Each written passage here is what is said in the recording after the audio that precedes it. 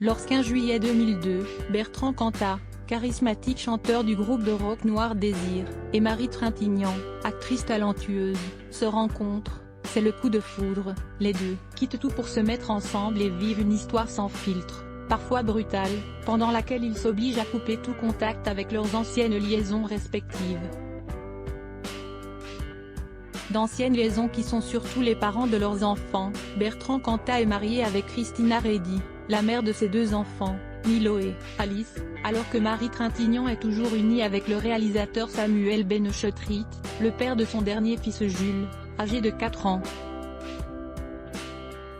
Et c'est justement de celui-ci que part leur dernière dispute, avant de partir en Lituanie, où Marie Trintignant va tourner son dernier film.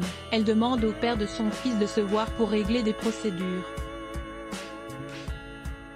Et se montre énigmatique: « Tu es beau. Tu me manques. Tu me manques beaucoup, je vais partir. Seule. Je vais faire ce film, et après j'y verrai clair », lui aurait-elle dit selon le livre sorti par le réalisateur, La nuit avec ma femme, en 2016 et plus récemment Désir noir, l'ouvrage biographique édité chez Flammarion sorti il y a quelques jours par Anne-Sophie Zahn.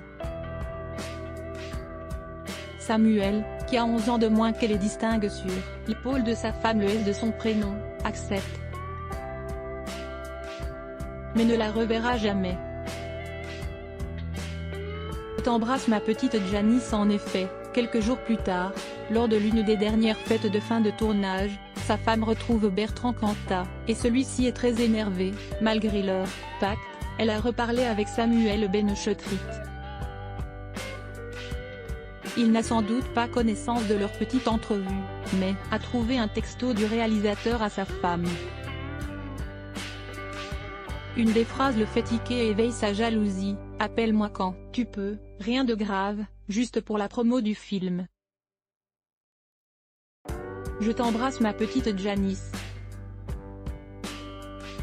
La dernière formulation, qui rappelle leur film Janice et John, ne lui plaît pas, et alors que Marie Trintignant le renvoie dans ses cordes avec une phrase laconique: « Me fais pas chier avec ça », il s'énerve. C'est un déséquilibre, une entorse à l'harmonie. La spirale funeste est engagée. Pendant toute la soirée, les deux amants se disputent, sans vouloir s'étendre, sur le sujet avec Nadine Trintignant, qui vient se renseigner sur les raisons de leur brouille. Plus tard dans la nuit, alors que les voisins témoigneront d'heures entières d'hurlements et de disputes,